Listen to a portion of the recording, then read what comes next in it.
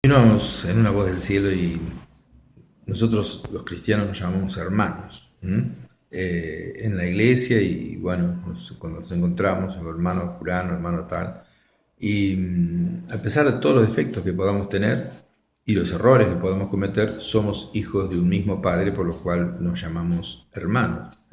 Tenemos un mismo Salvador, somos un templo del Espíritu Santo, del mismo Espíritu Santo, que hay uno solo, y tenemos el mismo destino eterno, la gloria de Dios. Entonces Apocalipsis 22, 3, 4 dice acerca de la nueva Jerusalén, la ciudad donde vamos a vivir aquellos que seguimos a Jesús, Jerusalén, la celestial, dice, y el trono de Dios y del Cordero, Jesús, estarán en ella. Entienda esto, hay solo dos que son adorados en el cielo y van a ser adorados por toda la eternidad, Dios Padre y el Cordero, que es Jesús. El Espíritu Santo lleva a la adoración a el Padre y al Hijo, y ninguna otra persona es adorada. No existe una reina del cielo, no existe, digamos así, adoración a ninguna otra persona, ni a ningún ángel, ni a ningún San Pedro, ni San Pablo, ni nadie, excepto a Dios Padre y a Dios Hijo. Y aquí en la tierra debe ser igual, debe ser igual. Dios Padre y Dios Hijo son los únicos que usted debe adorar, son los únicos que usted debe orar, son los únicos con los que usted puede hablar.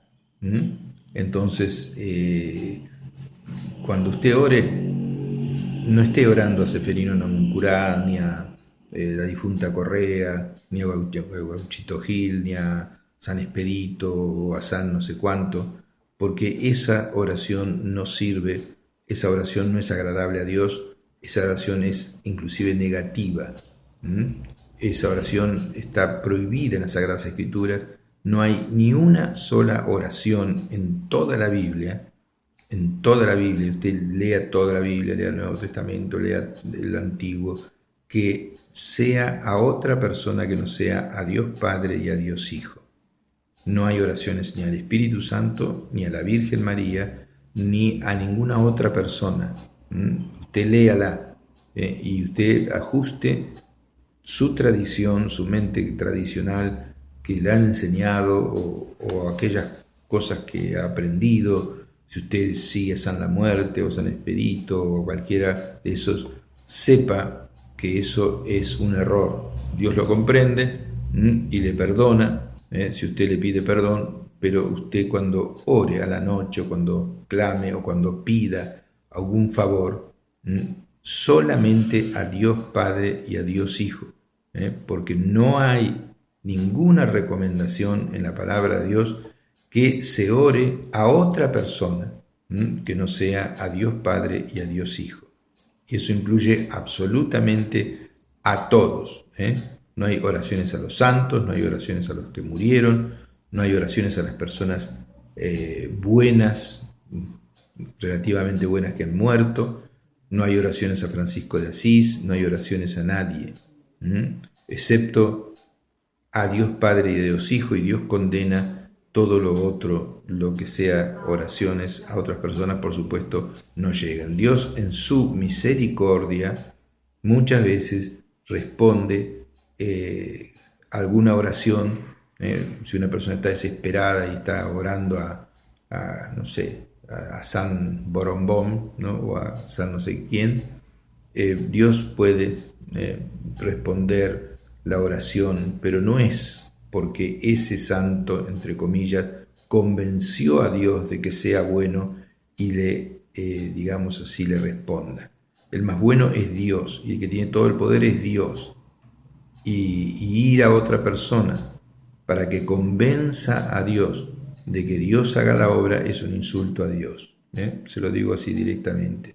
Entonces, usted no ore a otra persona porque no tiene ningún poder, excepto Dios es el Todopoderoso. Dios es el que lee los pensamientos, Dios es el que puede cambiar cualquier situación, y Dios Padre y Dios Hijo en el poder del Espíritu Santo son los que actúan.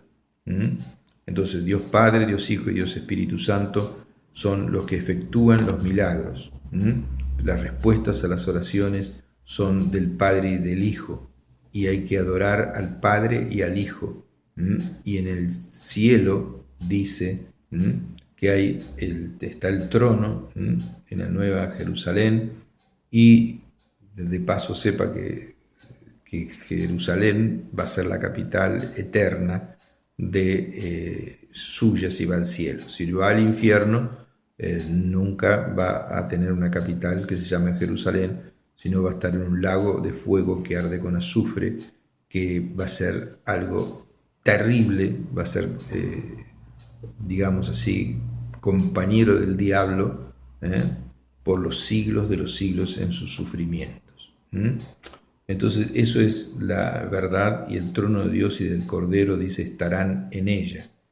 Y sus siervos les servirán y verán su rostro, y su nombre estará en sus frentes.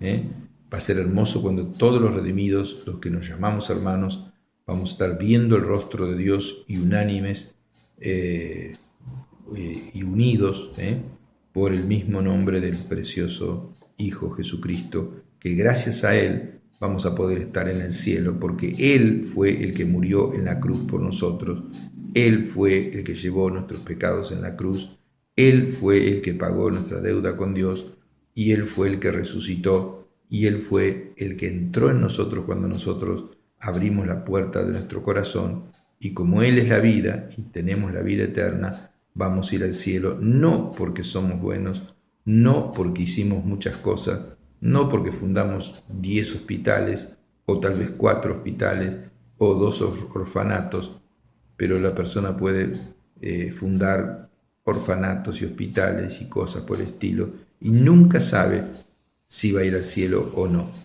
Y lo más probable es que no vaya, porque a pesar de que hizo esas cosas buenas, uno no va por hacer cosas buenas. Dice la palabra de Dios que no es por obras buenas la salvación, sino por aceptar el sacrificio de Cristo en favor de nosotros, el regalo de Dios que es la vida eterna. Así que no es por obras, porque usted mismo trate de hacer buenas obras y va a pensar mal y se va a dar cuenta que nunca alcanza la meta establecida por Dios, la santidad total para entrar al cielo. Entonces la salvación viene por otro lado, viene por creer en que Cristo pagó su pecado, en arrepentirse completamente e invitar a Cristo que entre en su vida, y entonces Jesús le perdona todos los pecados y le da el poder para vencer la tendencia al pecado que nosotros tenemos mientras estemos en este cuerpo. Entonces, ¿cómo vivir una santidad práctica en nuestra relación con nuestros hermanos en Cristo? Vamos a leer algunos textos. Dice en Romanos: ámense los unos a los otros con amor fraternal, en cuanto a honra, prefiriéndose los unos a los otros. Algunas personas que quieren ser honrados, que quieren ser distinguidos o destacados, o que los reconozcan en la iglesia, o como los fariseos que querían sentarse en los primeros asientos en las sinagogas.